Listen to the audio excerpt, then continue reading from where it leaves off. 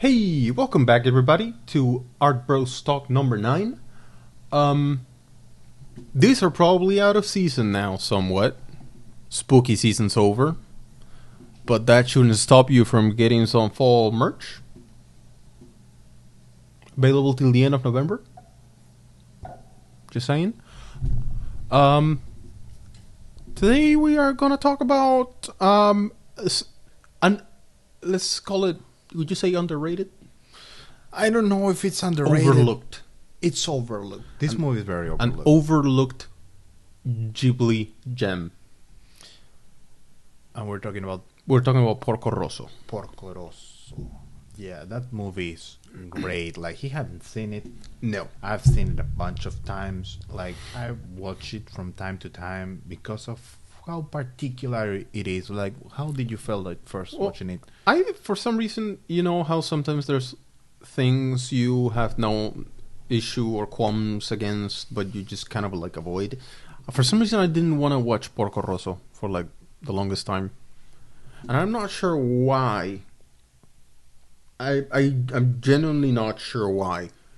And I saw it with you, and I thought, man, what a melancholic, thoughtful movie. Like, it felt so. I think that's why the movie's underlooked.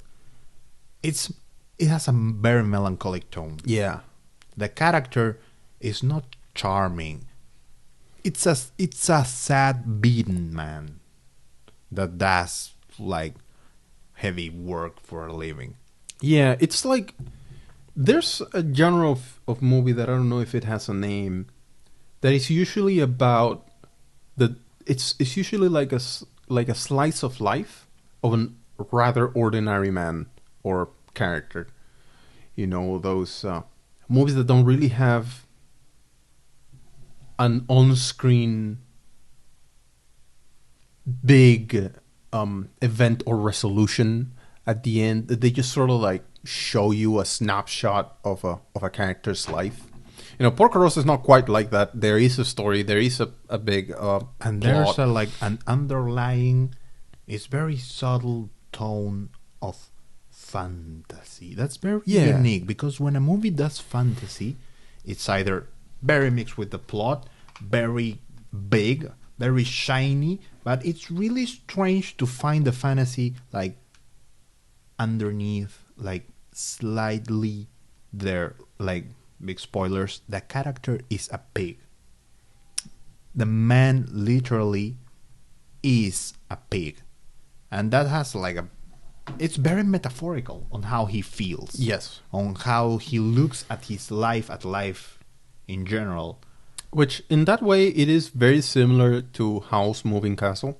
Like, I found that it was very similar in the themes of the main character. But there's somehow there's this thing where there is an unusual theme in your movie that doesn't seem to fit with the rest of the theme, and it's not acknowledged even though everyone sees it. And that is like that magical aspect. People talk about curses and magic and how he was cursed and how he, you know, the whole thing with how he technically saw the afterlife. Big spoilers. Yes. And it's like there's like a little, it makes it feel special somehow that people acknowledge it exists and don't talk about it. Don't explore it. Like, there's an old book called Metamorphosis by a writer, Kafka, if I'm not wrong. Yeah. It's like, it describes a man turning into a bug physically. Like, the guy is physically turning into a bug, but the undertone of the book is that the guy is emotionally falling down there. So it's like, in the whole movie, the main character is visually a pig, but it is as much as like a representation of his inner self as it is a visual effect. And nobody says that. And that is amazing. They also don't there's a lot that they don't explain, that just having them not explain it sort of somehow makes it better, like Yes. leaving you thinking about how it might have happened. Like, Makes how it did he work. get cursed? Like, Why? Like, by who? By Maybe what? he isn't cursed at all. Maybe it's just a metaphorical representation of the character. And like the fact that I feel like it's very clearly and obviously that he just has a very strong case of survivor's guilt. Yes, that Very literally. that is probably what turned him into that. And I don't know, just the fact that it makes you guess how all this stuff happened makes you internalize a movie, makes you think about it more, Yes. makes you somehow just When a care for the movie- entire story more. Yes, when a movie makes you think, it stays with you. Not like She-Hulk. You didn't think about shit in She-Hulk. Yeah, when Maybe you remember it because you complained about it. yeah, when something tells you, when a story tells you every little detail, and then the only details it doesn't explain to you don't make any sense, You're like, that's a forgettable or bad story. But when a story doesn't give you the details and the possibilities for the explanation are just keep flowing into your mind, that is like Also, The we are right we are kind of- talking about a sad, complex story, but visually, it's a gem. yes. Like, the story occurs in the Adriatic Sea. It's in the middle of the Mediterranean Sea, around the Italian Isles. The representation is beautiful. Like, Gorgeous. There are few movies with such beautiful blue skies and blue water. And because it is a movie about hydroplanes, they transition from the sky to the sea very often, and how they portray it is amazing. But like, it's not charged with detail like other Ghibli movies. It's more fast. It's very is the word decadent? No. What do you mean? There's like something special about that simplicity, you know? It's The simple. It's simplicity. It's vast. the background being just the sky, the water, and the occasional island here and there. Yes. There's some just very Raw. yeah. It just makes you makes you feel good Yes. when you look at it. And it's like the story is laid slowly. It happens in a bunch of weeks. There's one plot point. Like, the story's turning.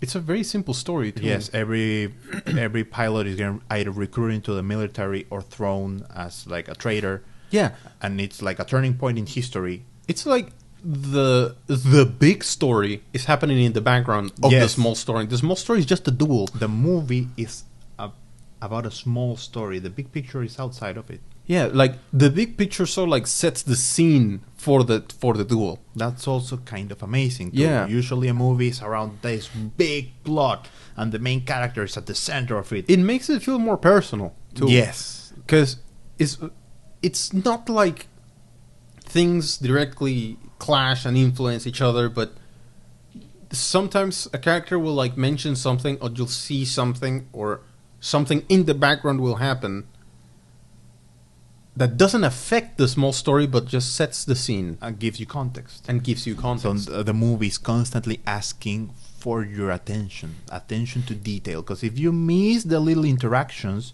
like, you're missing the context. It's like a piece of the story is in black. Ghibli movies are great at doing that. They don't ever give you the details, but they give you the context for you to figure out the details easily. Like in Totoro, they never tell you what's going on with the mom, but they show you them going to the hospital to visit her. They showed you her in the ward with the other patients. And something that these movies do is that if you know history and you know the time period of the history, you puzzle the rest. Like, for example, in Yes. Totoro, those words were especially for tuberculosis patients. And they are not gonna say that in a kid movie that the mother has Like, tuberculosis. In Porco Rosso, they constantly give you what year it is. Yes, And you can actually, like, see what was happening in that time. and some of the scenes are around World War One. Yeah, they some never of the scenes mention the Great War. Some of the scenes are specifically about battle, Yes, and they don't talk about the specifics. They just say, "Hey, when they fought, or like back in that time when a thing happened," and you're like, in your mind, slowly putting the pieces together. And when you, even if it's not a big deal for the story, just you figuring that stuff out makes everything more important for you. and it's so funny that in the middle of that, the main character is this kind of similar. It is similar to the Beast from the Beauty. From the Beauty and the It's Beast, like a yeah. direct reference to the guy from the Beauty and the Beast, but like there's no castle, there's nothing. Well, there is. It's kind of like a. I think the plane is the castle, and it's kind of like a mirrored thing, because it's not that the Beast needs the woman. No, it's like the girl sees that he needs her, so she goes with him, even if he doesn't want her to. That's also very interesting. The girl who breaks the curse is not the one she ends with. Neither the one he loves, is just the one he needed. Yes, and the woman he loves is so sad and broken too that she's unable to move. Like, she states throughout the movie that she hates loving pilots because she's lost 3 husbands during the war. So, like, the idea of falling in love with a 4th pilot breaks her heart, but she can stop herself. But she won't move. She only waits. That's also very interesting. Reminds me of the rose in the Beauty and the Beast that is like ticking and counting time. Yeah, that's the rose. You're right. So those are similarities. It's a to the great story. movie. It's a great spin on. I love it when a movie does spins on fables and does them justice, and sometimes even better. Yes, because it's not directly referencing the story. It's grabbing its elements as a fable to renew it. It grabs all the elements from the fable to tell what, in my opinion, is a better story.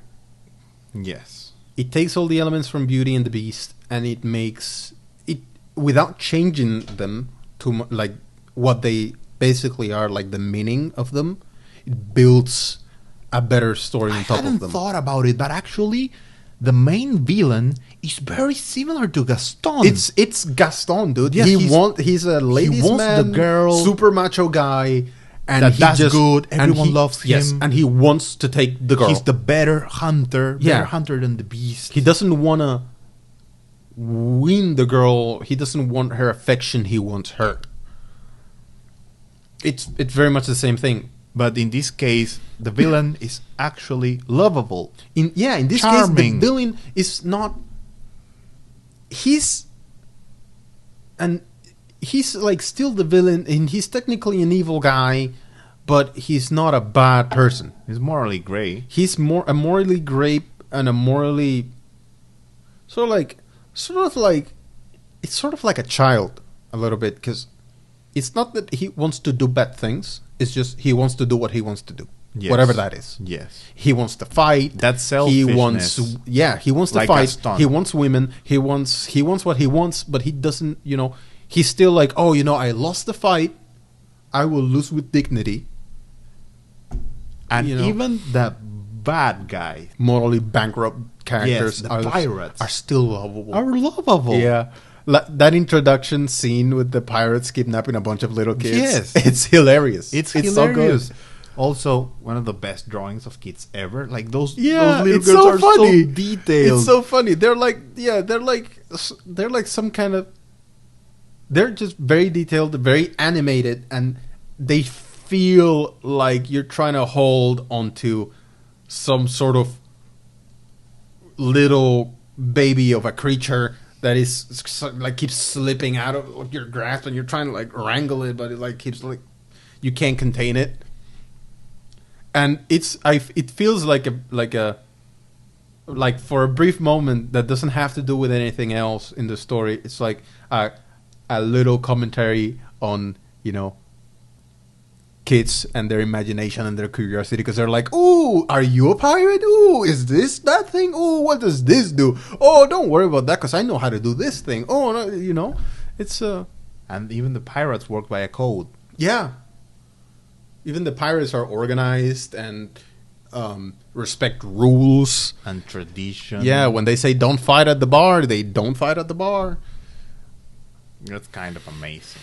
When they say, "Oh, let's gather up at this point, at this spot," they gather up at that spot. The whole finale of the movie, the duel, that scene is amazing from beginning to end, from the setting to like influential people, rich people, like mafia, like mobsters. Everything is there, and everyone's having a blast. Yes, everyone's having a good time. Even the quote-unquote hostage, it's like having a good time. Everyone's been nice to her, you know. Even though there's grenades and explosions. Even though it's full, that's another thing. The grenades are like almost played for a gag. I kept seeing grenades, and I'm like, yes, in a movie that's so serious, suddenly gags. Yeah, a lot of them. Guys, you should really watch this movie. Yes, it's such a good movie. I loved the scene where, not the scene, the entire sequence in he goes to Vienna to get his plane fixed. That was hilarious. Yes. The whole scene with like the workshop full of women, and how they came up with a way to have him escape. Yes, and that also comments on history. On history, that's a fact. Yeah. How at the time they were the ones working, and like everyone's a relative in that story. Because if you think about it, all the men in the movie are either old, or pirates, or mercenaries, because the rest are at war, or soldiers, because all the rest are soldiers, and that's heavy. Yeah. And the main character was a war hero. He was condecorated because he was a survivor, and he was also he defected. Yes, so that turned him into a potential traitor or a traitor. That turned him into a traitor. But my favorite scene really has to be when he starts counting his bullets and checking them for the duel, and he tells the story about this vision moment in which he almost dies, mm-hmm. and then the girl is falling asleep, and for a second he's a man again. Yep. That scene is amazing, totally unexpected, totally out of nowhere, without context. Like, you see in the shadow the man that he was, the man that he would be, and that in that moment the girl is sure that he is that man, but like she rubs her eyes and it's the pig again. But it also kind of like talks to how it's about him. It's not like an actual curse, it's him. Like the problem is him. Yes. I don't know. I just think it's brilliant. It's a brilliant movie. What's your favorite scene? My favorite scene?